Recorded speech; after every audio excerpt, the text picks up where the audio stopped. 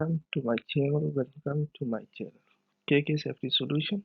In this video, we will cover some basic terminologies and then we will discuss road safety, electrical safety, chemical safety, slip, trip and falls and waste related problem.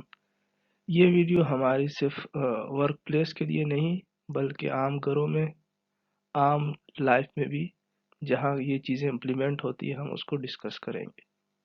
चले आगे देखते हैं।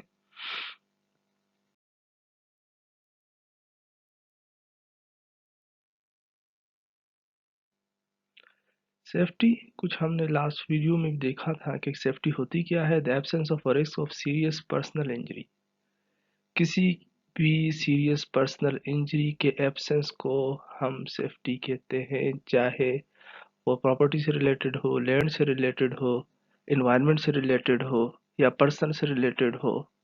जिसमें हम for example यहाँ ले लेते हैं स्लिप, ट्रिप एंड फॉल। घरों में हो सकता है, वर्क प्लेसेस पे हो सकता है, बाहर किसी लोकेशन पे हो सकता है, सराउंडिंग में हो सकता है। हम आगे डिटेल में जाने से पहले कुछ बेसिक टर्मिनोलॉजीज की डिस्कस हम करते हैं, जिसमें पहली जो चीज़ है वो है हैजर्ड। हैजर्ड क्या होता है? फॉर एग्जांपल हैजर्ड की हम डेफिनेशन देख लेते हैं। हैजर्ड जो है something with the potential to cause harm, ऐसी कोई भी चीज़ जो पोटेंशियल रखे हार्म के लिए वो हैजर्ड कहलाती है। जिसमें कोई भी चीज़ पोटेंशियल रखती है, for example over head tank है, वो भी एक पोटेंशियल है, लेकिन अगर वो ठीक प्रॉपर नहीं पड़ा हुआ तो देन वो हमारे लिए एक हैजर्ड बन जाएगा। यहाँ हम देखते हैं कि इलेक्ट्रिसिटी है, वो किस तरह हैजर्ड है हम डिटेल में आगे देखेंगे। वर्क एट हाइट है, किसी भी हाइट पे, चाहे हम घरों में काम कर रहे हो, किसी जगह पे हो, किसी स्टेयर्स पे हो, उसके लिए वर्क एट हाइट पे किस तरह के हैजर्ड्स हो सकते हैं। Noise, heat, trip hazards, vehicles and hepatitis B वगैरह, ये एग्जाम्पल्स हैं हैजर्ड्स की। अब आगे जाने से पहले रिस्क को देख लेते हैं कि रिस्क किसे कहते हैं। Risk is the likelihood that a hazard will cause harm. ऐसा कोई भी लाइक्लीहुड जो उस हैजर्ड की वजह से या इन दो चीज़ों की कम्बिनेशन की वजह से जो बनता है वो हमें रिस्क कहलाते हैं। फॉर एग्जांपल वो दो चीज़ें क्या है? The combination with the severity of injury, उसकी सेवेरिटी क्या है? डैमेज और लॉस दैट माइट फोरसीएबली अकर। जैसे फॉर एग्जांपल कोई हाइट पे काम कर रहा है, अब हाइट पे गिरने के चांसेस क्या है? एक चीज, फिर जब उसका गिर जाए या गिरने के बाद उसका जो इम्पैक्ट होगा वो कितना होगा? टांग टूटेगी, लग जाएगी, डेथ हो जाएगी। ये दोनों चीजों की कॉम्बिनेशन के साथ जो है वो रिस्क एसोसिएटेड होता है या रिस्क की डेफिनेशन हम करते हैं। इसी तरह हम कंपिटेंसी देखते हैं। कंपिटेंसी क्या है? Competence is a combination of knowledge है, एक्सपीरियंस है, ट्रेनिंग है, ability that brings a person up to a level. ऐसी कोई भी knowledge, experience, training and ability जो किसी भी पर्सन को, ही और शी को उस चीज के काबिल बनाए to perform an acceptable standard. Now see, electrical an electrical equipment is potentially lethal if mishandled। किस तरह ये हमारे लिए लीथल हो सकते हैं? Electrical equipment, electrical appliances, electrical wirings, electrical switches, boards, trailing cables, और tamper with an unqualified person, या जो क्वालिफाइड पर्सन ना हो अगर वो उसको हैंडल करे तो उससे क्या होगा? ठीक है, ये इलेक्ट्रिकल फ्राइंग पैन घरों में यूज़ होता है। सेविंग मशीन्स यूज होती है, ड्रिल मशीन हम इंडस्ट्री में यूज़ करते हैं। घरों में वॉशिंग मशीन यूज़ होती है। Electrical fan, iron, electric microwave oven वगैरह जो है इलेक्ट्रिकल अप्लायंसेस के कैटेगरी में आती है। या किस तरह जो है यूजिंग डैमेज और स्विचेस, हम कोई डैमेज स्विचेस यूज़ करते हैं घरों में, वो हमारे लिए लेथल हो सकते हैं। एक्सटेंशन बोर्ड, जिस तरह के यहाँ देख you can see here in this picture के यहाँ इस पिक्चर में स्विच बोर्ड वायर्स की रिलेशन क्या है, इसमें किस तरह डैमेज केबल यूज़ की हुई है। May cause fire, may cause damage to property. किसी भी इलेक्ट्रिकल इक्विपमेंट या मशीन पे जब हम काम करते हैं या घरों में काम करते हैं या किसी ऑफिस में काम करते हैं तो आइसोलेशन ऑफ सप्लाई हमें ज़रूरी है। आइसोलेशन क्या है? Is the removal of electrical power from a circuit और सिस्टम। फॉर एग्जाम्पल आप घर पे किसी जगह काम कर रहे हैं तो मेन पावर सप्लाई को जो है स्विच ऑफ करना, कट ऑफ करना बाय डिफरेंट मीन्स। वो मीन्स जो है आप कोई स्विच हो सकता है, कोई ब्रेकर हो सकता है, जिस तरह के यहाँ ये नीचे दिखाए गए हैं, इनको ऑफ करके देन उसको आपने वर्किंग करनी है उस पर। अदरवाइज अगर आप लाइव पे करेंगे तो उसमें आपको चांसेस हैं कि वो आपको हार्म करेगा। हैजर्ड तो जिस तरह की हमने बात की कि हैजर्ड जो है पोटेंशियल टू कॉज हार्म है। पोटेंशियल टू कॉज हार्म किस तरह हो सकता है? For example food can be heated to high temperature, एक हैजर्ड है। अगर आप किसी भी फूड को हाई टेम्परेचर पे हीट करते हैं, चाहे ओवन पे करें, स्टोव पे करें, तो वो जो हैंडलर है उसको परेशान कर सकता है या उसको हार्म कर सकता है, उसकी हीटिंग की वजह से, उसकी टेम्परेचर की वजह से, या उसको रखने की वजह से, या उसको मिस हैंडल करने की वजह से। फॉर एग्जाम्पल घरों में कोई बर्तन रखा हुआ है ओवन पे, या ओवन में या किसी स्टोव पे, तो स्टोव को आप प्रॉपरली जो है उसकी लिड उठानी है या उसको हैंडल करना है, तो अगर प्रॉपर तरीके से केयर नहीं करेंगे तो आपको हार्म कर सकता है। नेक्स्ट टॉपिक की तरफ चलते हैं, road safety. What is road safety? Road safety जिस तरह सब कुछ चीज़ें हम कर सकते हैं, कुछ नहीं कर सकते हैं, कुछ डू एंड डोंट्स हैं रोड सेफ्टी के हवाले से। Obey road safety rules and regulation for motor vehicles, ये हमारे लिए जो कानून बनाए जाते हैं। Look for the traffic signs before you cross signals. Do and don'ts क्या है? जैसे ओबे सेफ्टी रूल्स रेगुलेशंस, साइनेजेस की ख्याल रखना, ड्राइव जब आप कर रहे हैं कि स्पीड लिमिट का ख्याल रखना, नेग्लिजेंसी जो है उस पर ना हो, रश ड्राइविंग ना हो, ड्राइविंग के दौरान कोई इस तरह की चीज़ ना यूज़ करें जो आपको डिस्ट्रैक्शन पैदा करे। फिर ट्रैफिक साइंस को देखें, क्रॉस सिग्नल्स को देखें। Don't forget to wear helmet while driving, specially for motorcycles. Headphone use ना करें वाइल ड्राइविंग, माइक्रोफोन यूज़ ना करें।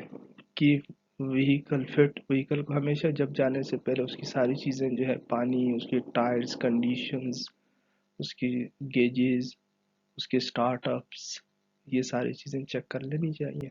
देन हमें उसको रोड पे आना चाहिए। स्पीड्स जो है, स्पीड्स को क्यों कहते हैं कि speeding is so dangerous?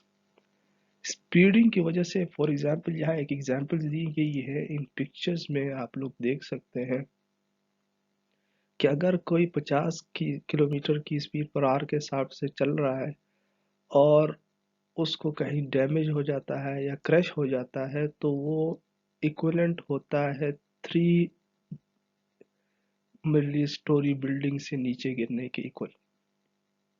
The same इसी तरह जब आप 100 किलोमीटर पर आवर के हिसाब से चल रहे हैं तो कहीं क्रैश हो जाता है तो 12 स्टोरी बिल्डिंग से नीचे गिरने के बराबर है। तो देन आप सोच सकते हैं या थिंक कर सकते हैं या फोरसी कर सकते हैं कि आगे उसका हार्म किस लेवल का हो सकता है। नेक्स्ट टॉपिक की तरफ चलते हैं, chemical handling. Chemical handling work place पे भी हो सकती है, घरों में भी हो सकती है। केमिकल क्या हो सकते हैं? केरोसिन ऑयल है, एसिड है, स्पिरिट है, फर्टिलाइज़र है, एटसेट्रा, ये सारे केमिकल्स कहलाते हैं। हर केमिकल को जब भी आप स्टोर करें या घर पे केरोसिन ऑयल रखें या कोई और चीज़ें रखें, तो उनको स्पेशली बच्चों से किस तरह आपने दूर रखना है, या स्पेशली किसी ड्रिंक की बोतल में आप रखा हुआ है तो उसका जो लेबल है उसको रिमूव कर लें, देन उसके ऊपर जो है आप कुछ मार्क कर दें मार्कर से, तो प्रॉपर स्टोरेज के लिए clearly mark, not for drinking, ये ड्रिंकिंग के लिए नहीं है, इस तरह की चीज़ें उस पर आप मार्क कर सकते हैं ताकि बचा जा सके किसी भी अनफोर्सिएबल इवेंट्स। फॉर एग्जांपल घरों में बैटरीज यूज़ होती हैं, सोलर में यूज़ होती हैं। वैसे किसी और जगह आपने बैटरीज रखी हुई हैं तो उसमें हाईली एसिड होता है, कोरेसिव होता है, वो स्किन को डैमेज करता है, आई को डैमेज करता है, आपकी क्लॉथिंग को डैमेज कर सकता है। उसकी प्रॉपर वेंटिलेशन होनी चाहिए। उसको जब आप लेके जाएं तो उसका आपने किस तरह मूव करना है, उसको प्रॉपरली मूव करें। कभी भी न्यूट्रलाइज करने के लिए जब अगर अल्लाह ना करे कि इस तरह की सिचुएशन हो तो आपने स्किन बंटन की न्यूट्रलाइज़र जो है वो यूज़ करना है। उसके लिए आपके न्यूट्रलाइज़र पानी भी हो सकता है, कोई और लिक्विड भी हो सकता है, एज पर द केमिकल। अब जिस तरह के यहाँ एक मिथानॉल दिखाया गया है, उस पे कुछ केमिकल के साइंस दिखाए गए हैं 1 2 3। कभी हम इस डायमंड पे भी बात करेंगे कि ये डायमंड क्या होता है, इसको हम किस तरह हैंडल करते हैं, इसकी क्या मीनिंग्स है। ओके, नेक्स्ट मूव करते हैं हम। Slip trip and fall. Slip trip and fall क्या हो सकता है? अनइवन सरफेसेस की वजह से हो सकता है, ऊंची नीची जगहों पे हो सकता है, स्लिपरी सरफेसेस की वजह से होता है सकता है। स्लिपरी सरफेसेस वाटर की वजह से हो सकती है, ऑयली हो सकती है, या वो इस तरह की एलिवेशन हो सकती है, कोई चीज़ फ्लोर पे पड़ी हुई है, अगर आप वॉक कर रहे हैं तो वो वॉक वे के दरमियान में आ रही है, जिससे आप स्लिप ट्रिप एंड फॉल हो सकती है। छोटी छोटी चीज़ें घरों में भी हो सकती हैं और रोड पे भी हो सकती हैं, आते जाते भी हो सकती हैं। तो keep your self aware about these things.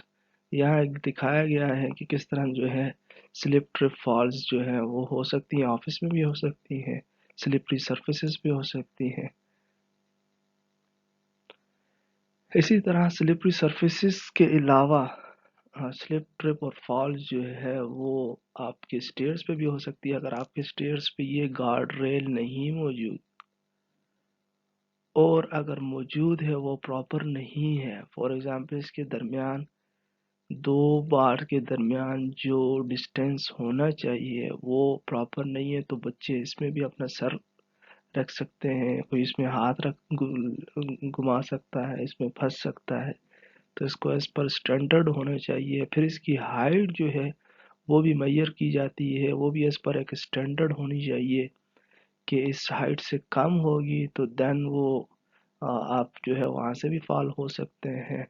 इसी तरह इसका जो एंगल्स हैं वो भी आपने मेजर करना है, ताकि एलिवेशन के लिए जो आप किसी जगह सीढ़ियों पे चढ़ रहे हो तो वो आपको परेशान ना करें। जो वर्क रिलेटेड भी बन सकती है या मस्कुलर भी बन सकती है, जिसे हम work related upper limb disorder भी कह सकते हैं। वो वर्क रिलेटेड वर्क प्लेस पे भी हो सकता है, ऑफिस में भी हो सकता है, घरों में भी हो सकता है।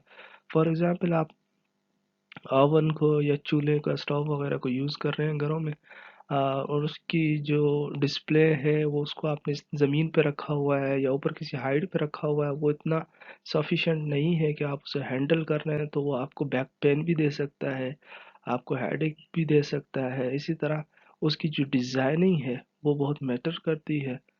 तो उससे रिलेटेड ये सारी चीज़ें पैदा होती हैं, जिसमें आपके जिसे हम मस्कुलर डिसऑर्डर कहते हैं, इसको हम शॉर्ट फॉर्म में MSDS कहते हैं, such as a back pain. ठीक है जी।